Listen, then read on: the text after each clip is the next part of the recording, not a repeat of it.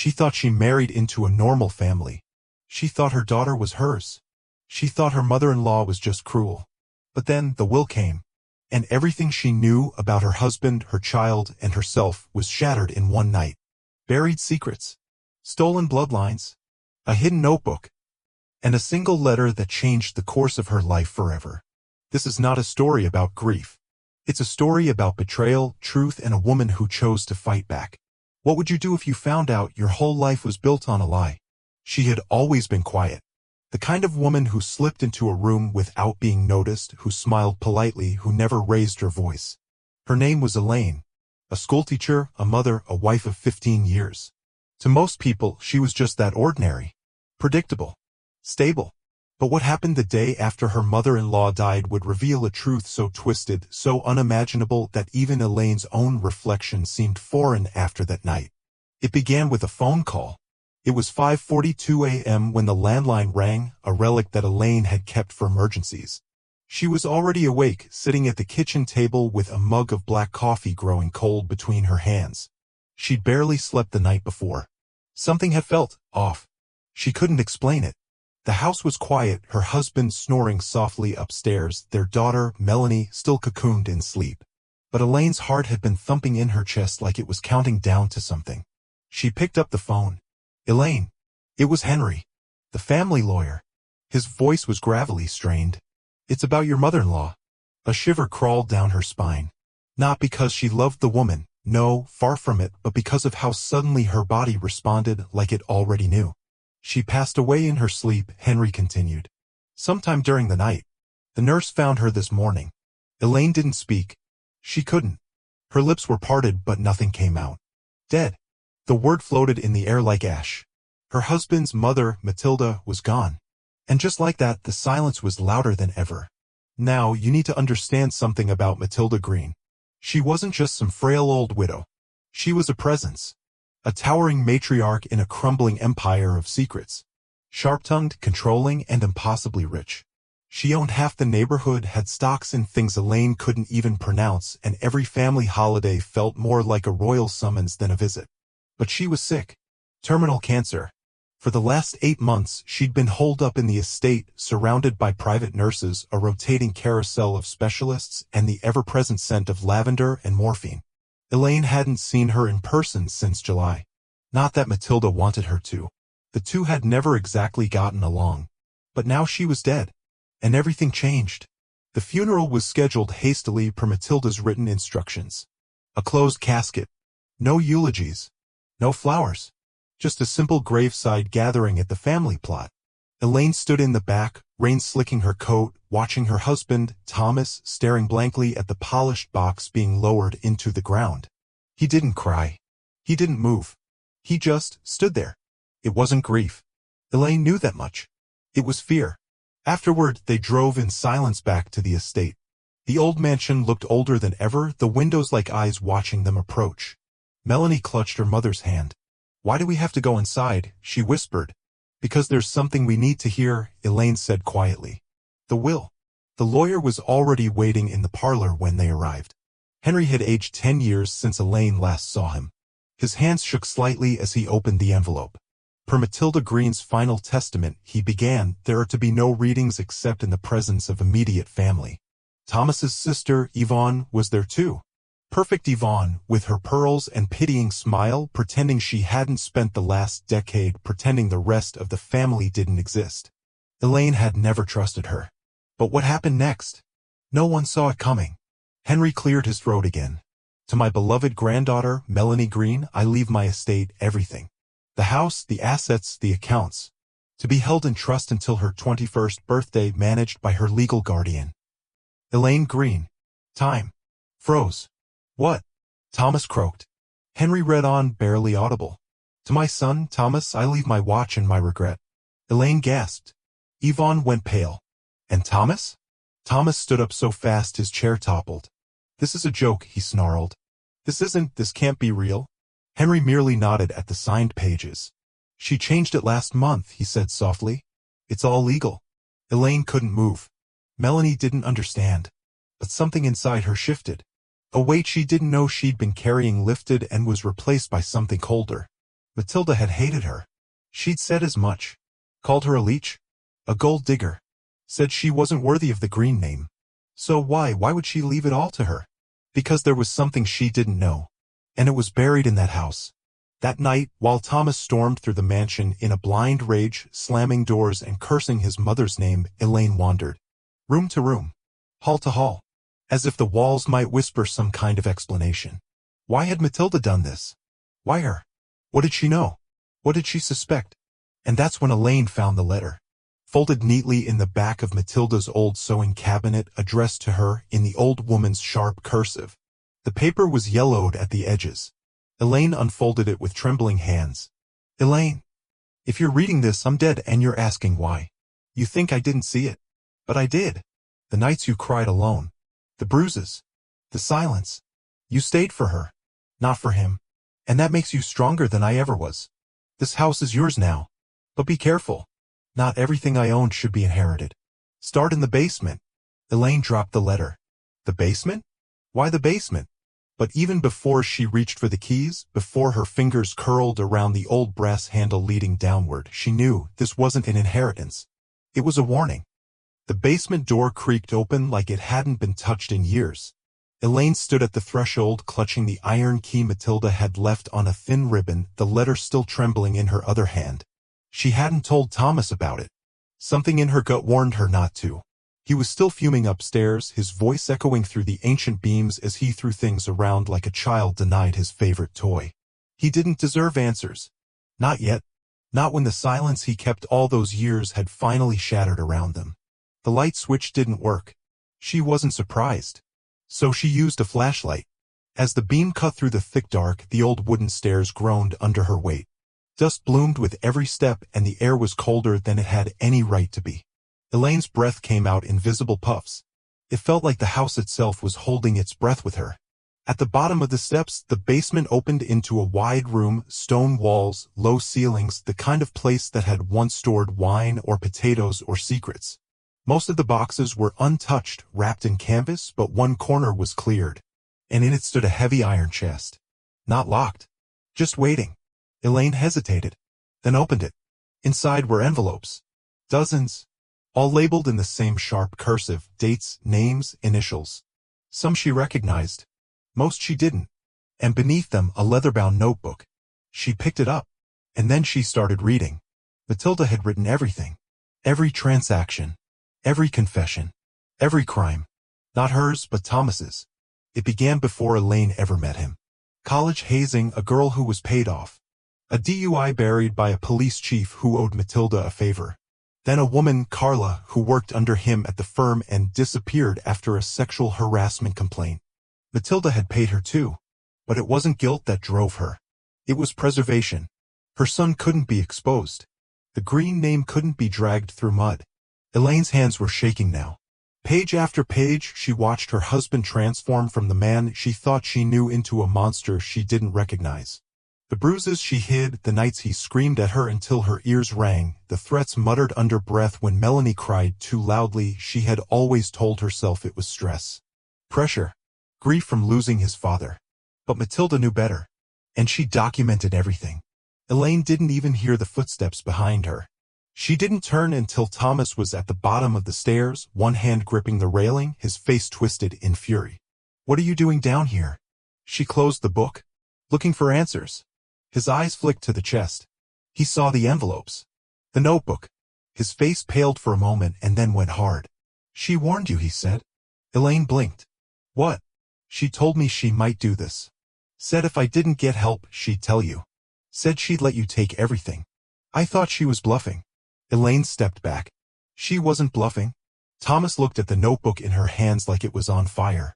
She destroyed me, he whispered. Her own son. No, Elaine said softly. You destroyed yourself. He stepped closer. Too close.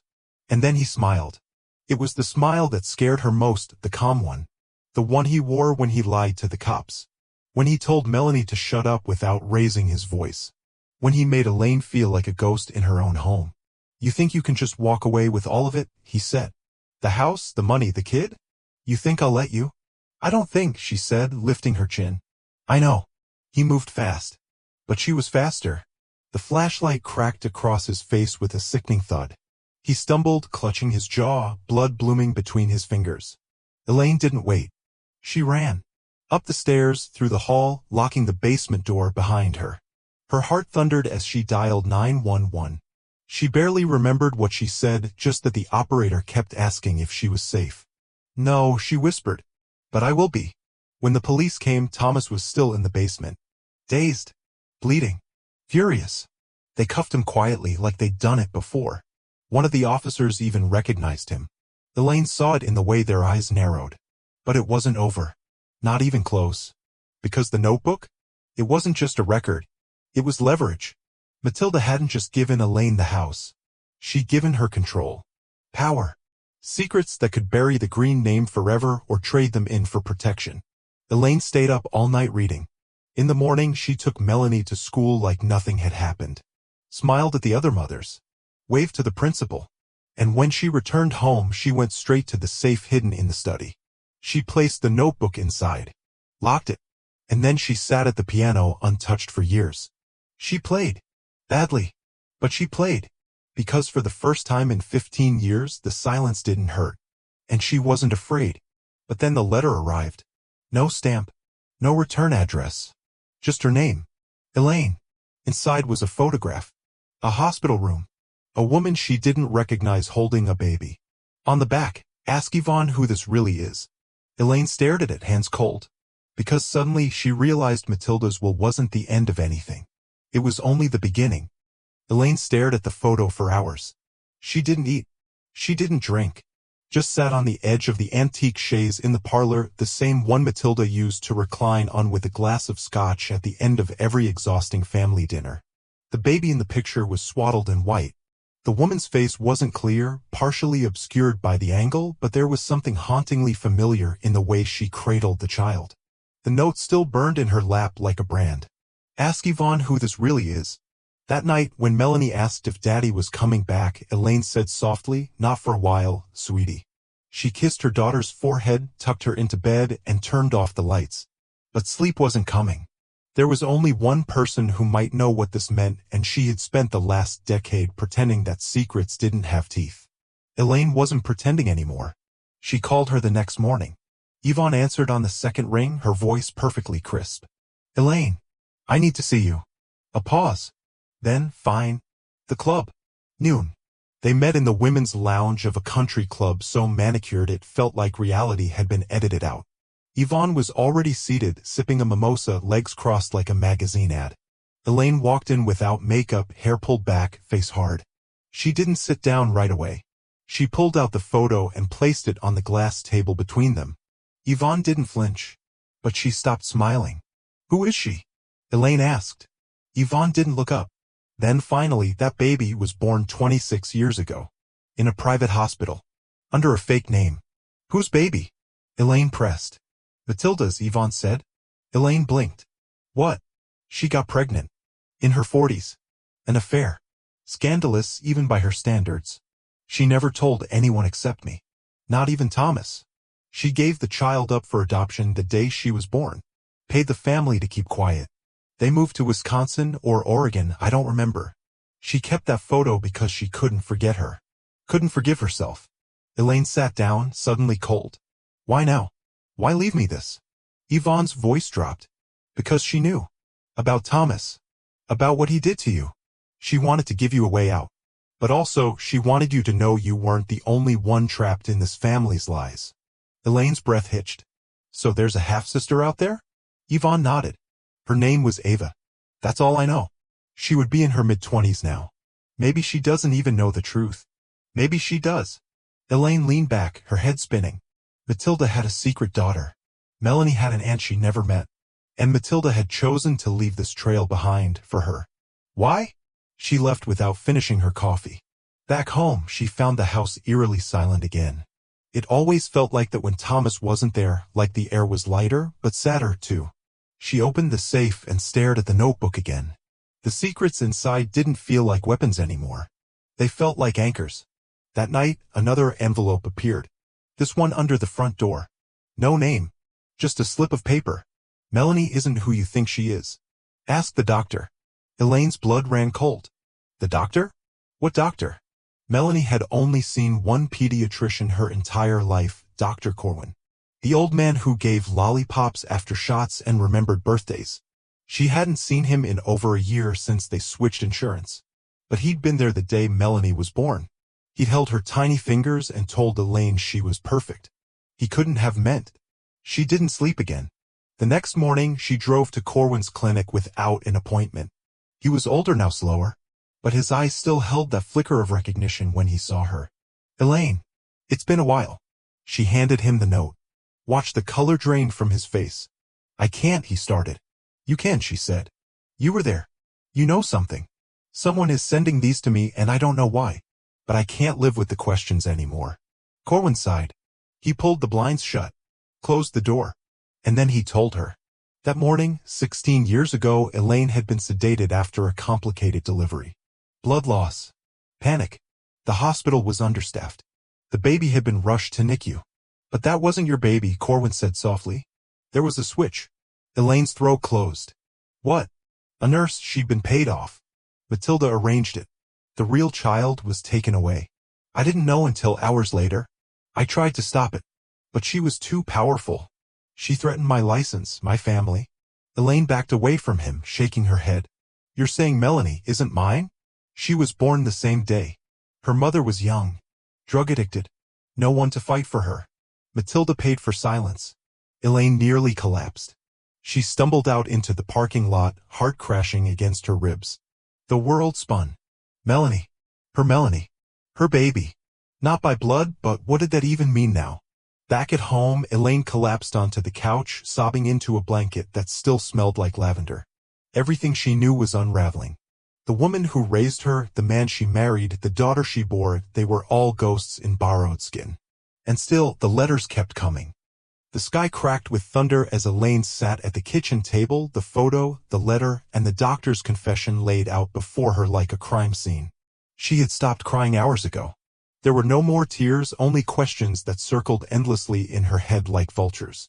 She thought about every moment with Melanie, her first steps, her laugh, the time she broke her arm in the backyard treehouse, and they were real.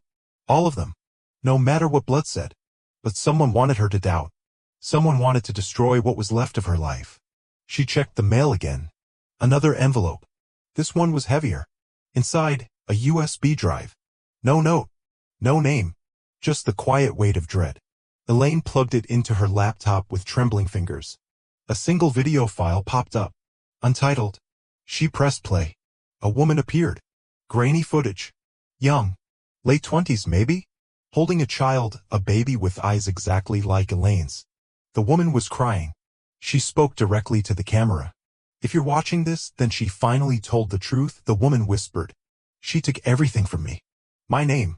My daughter. My chance. Elaine felt the blood leave her body. I gave birth to a little girl at Green Memorial Hospital. I was alone. They told me she died. I believed them. But she didn't. Matilda Green took her.